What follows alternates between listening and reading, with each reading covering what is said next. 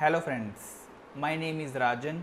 इस वीडियो में हम after and before pseudo elements के बारे में बात करेंगे। मैं आपको कुछ एग्जांपल्स क्रिएट करके बताऊंगा जिसमें हम आफ्टर एंड बिफोर का यूज़ करेंगे। उन एग्जांपल्स को देख के आपको समझ आ जाएगा कि हम आफ्टर एंड बिफोर कहाँ कहाँ पे यूज़ कर सकते हैं। गाइस, अगर आपको मेरी वीडियोस अच्छी लगती है प्लीज़ मेरी वीडियोस को लाइक कीजिए, मेरे चैनल को सब्सक्राइब कीजिए और इस वीडियो को पूरा देखिएगा, तभी आपको अच्छे से समझ आएगा। तो चलिए हम आफ्टर एंड बिफोर को समझना स्टार्ट करते हैं। यहाँ पे मैंने एक डिव क्रिएट किया हुआ है जिसको मैंने एक क्लास दे रखी है मेन, और मेन डिव के अंदर मैंने यहाँ पे h2 टैग का यूज़ किया है। h2 टैग में मैंने लिखा है वेबदेव और यहाँ पे मैंने इंटरनल CSS यूज़ की है। हेड टैग के अंदर मैंने यहाँ पे स्टाइल टैग के अंदर अपनी CSS करी हुई है। CSS में मैंने यूनिवर्सल सिलेक्टर यूज़ करके डिफ़ॉल्ट मार्जिन पैडिंग रिमूव कर दी है और बॉक्स साइजिंग मैंने यहाँ पे बॉर्डर बॉक्स दे दिया है। गाइस, अगर आपको बॉक्स साइजिंग के बारे में प्रॉपरली समझना है कि हम इसे क्यों यूज़ करते हैं, मैंने इस पर एक फर्दर वीडियो क्रिएट कर रखा है। आप उस वीडियो को देख के बॉक्स साइजिंग के बारे में समझ सकते हैं। मैं उस वीडियो का लिंक इस वीडियो के डिस्क्रिप्शन में दे दूँगा। इसके बाद मैंने मेन की स्टाइलिंग करी है और मेन को मैंने टेक्स्ट लाइन सेंटर दिया है और मेन के बाद मैंने H2 की स्टाइलिंग की है।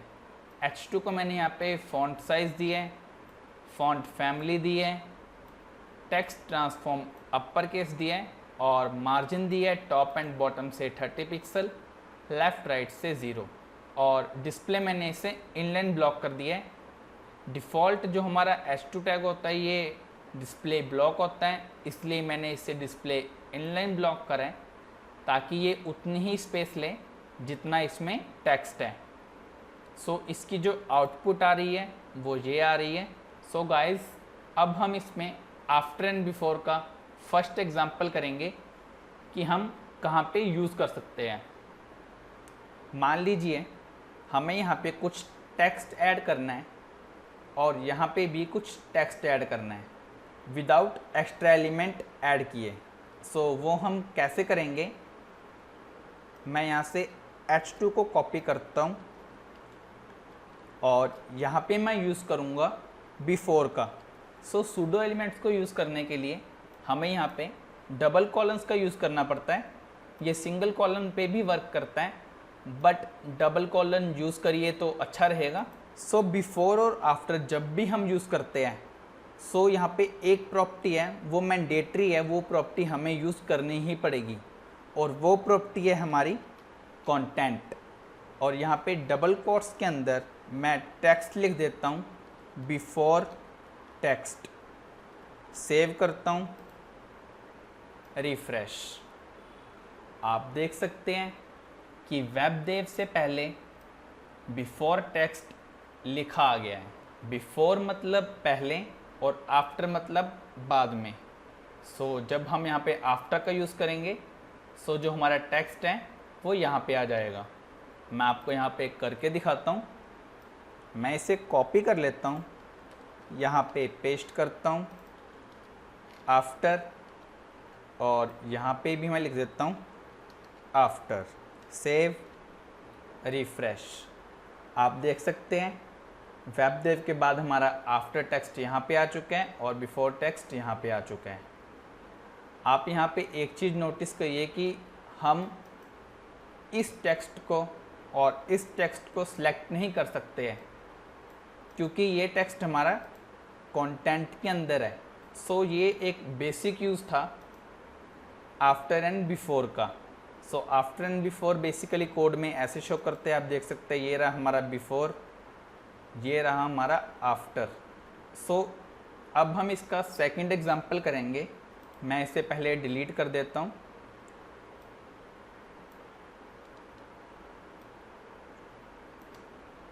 Save, refresh.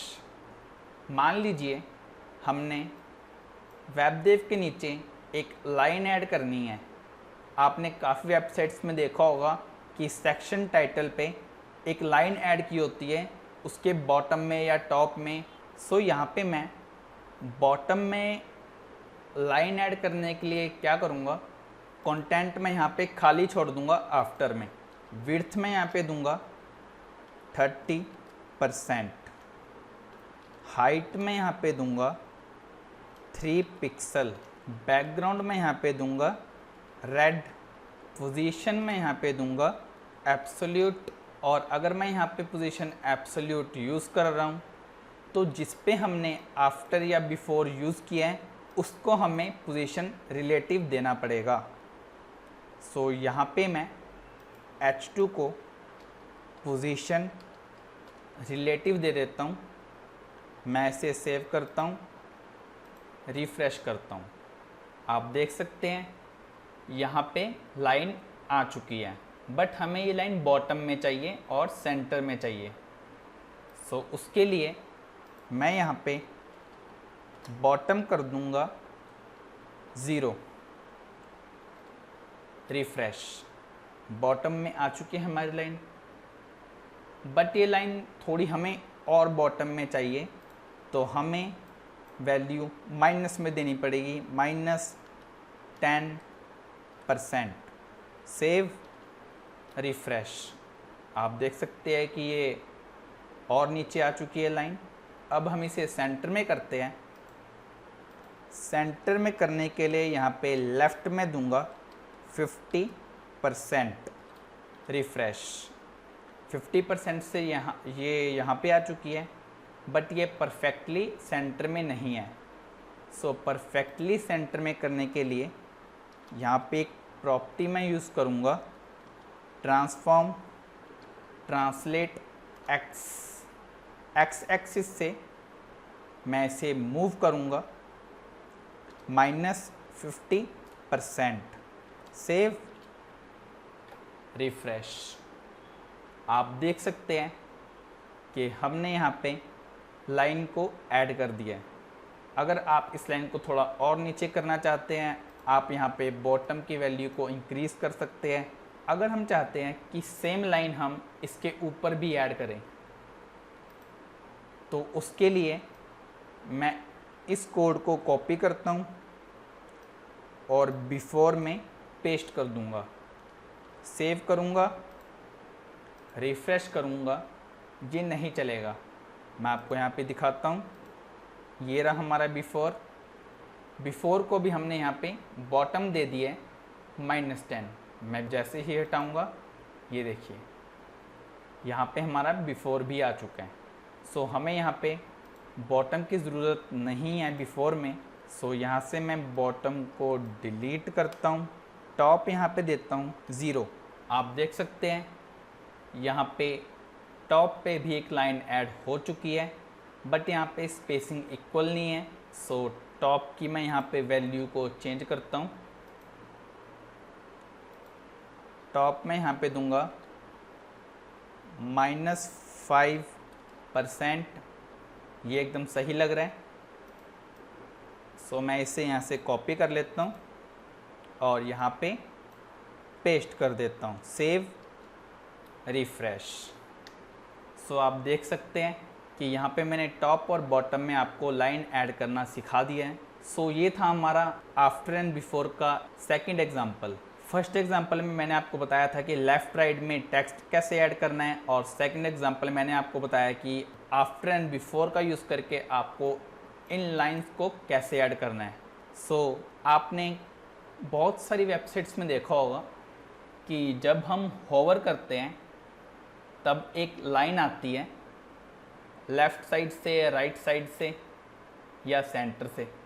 मैं आपको यहाँ पे करके दिखाता हूँ, तभी आपको अच्छे से समझ आएगा कि मैं क्या कहना चाहता हूँ। सो यहाँ से मैं बिफोर को तो अभी कमेंट कर देता हूँ, सेव करता हूँ, रिफ़्रेश करता हूँ। विड्थ को मैं यहाँ पे 100% कर दूँगा, रिफ़्रेश। बट मैं चाहता हूँ कि वो लाइन होवर पे शो हो, तो मैं इसकी विड्थ 0 रखूँगा पहले और होवर पे उस विड्थ को इंक्रीज़ करवाऊँगा। मैं इसे कॉपी करता हूँ, यहाँ पे पेस्ट करता हूँ। H2 के होवर पे जो विड्थ है वो 100% हो जाए। मैं यहाँ पे ट्रांजिशन का यूज़ करूँगा 0.8s ऑल, सेव, रिफ्रेश। ये देखिए जो हमारी एनिमेशन है वो सेंटर से आ रही है, आप देख सकते हैं। हम चाहते हैं ये जो एनिमेशन है ये लेफ़्ट साइड से आए, तो वो करने के लिए हमें यहाँ पे इसको रिमूव करना पड़ेगा और लेफ़्ट को हमें 0 देना पड़ेगा। ये देखिए सेम एनिमेशन हमारी लेफ़्ट से आ रही है।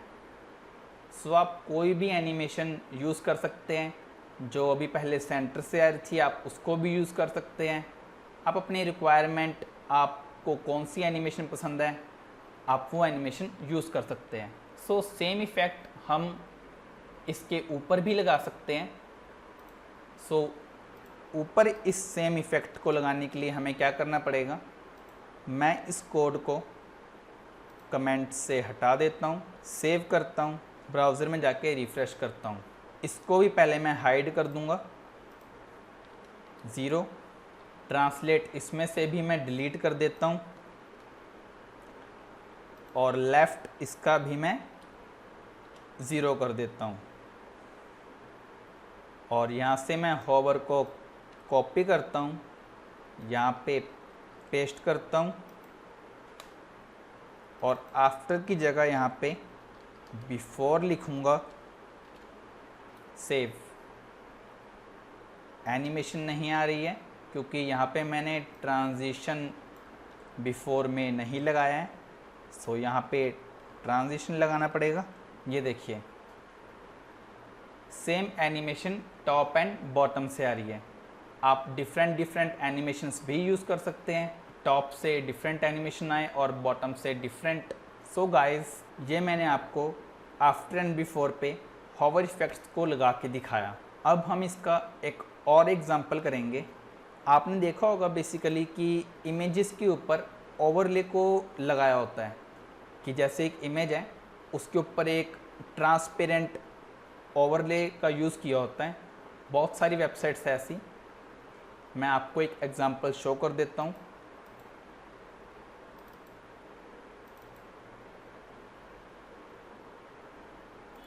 आप देख सकते हैं कि ये जो बैकग्राउंड इमेज है इसके ऊपर एक ब्लैक ओवरले आ रहा है और इसके ऊपर ये टेक्स्ट लिखा हुआ है। मैं आपको ये चीज़ आफ्टर एंड बिफोर से क्रिएट करके दिखाऊंगा जो ये ओवरले आ रही है।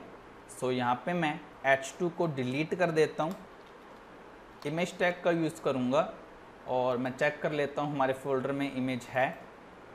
हाँ जी हमारे पास इमेज है। कॉपी, पेस्ट .jpg, सेव,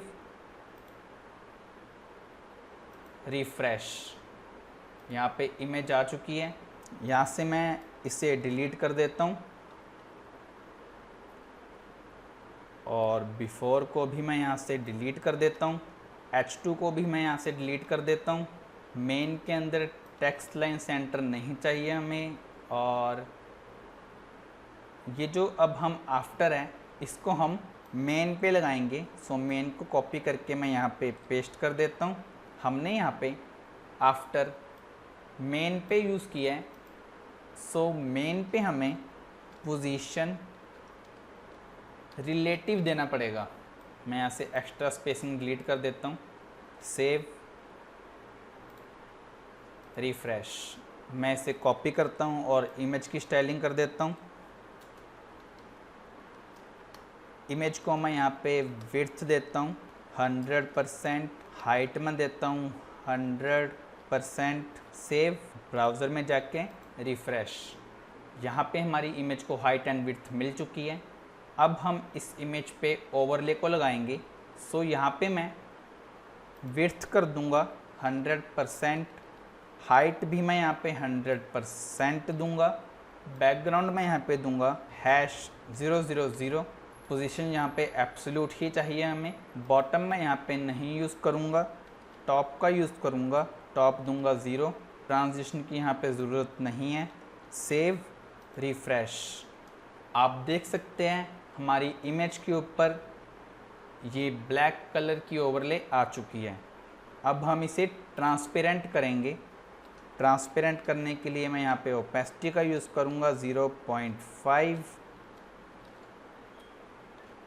ये देखिए हमारी इमेज के ऊपर ओपेसिटी जब मैंने लगाई तो आप देख सकते हैं यहाँ पे ओवरले आ चुकी है। सो गाइस, हमने यहाँ पे आफ्टर और बिफोर की हेल्प से इमेज के ऊपर ओवरले लगाना भी सीख लिया है। सो गाइस, आप आफ्टर एंड बिफोर को यूज़ करके काफ़ी सारी चीज़ें क्रिएट कर सकते हैं। आफ्टर एंड बिफोर बहुत यूज़फुल हैं, बहुत क्रिएटिव, आप इससे हॉवर इफ़ेक्ट्स वगैरह क्रिएट कर सकते हैं। सो गाइस, अगर आपको मेरी वीडियो अच्छी लगी प्लीज़ मेरी वीडियो को लाइक कीजिए, मेरे चैनल को सब्सक्राइब कीजिए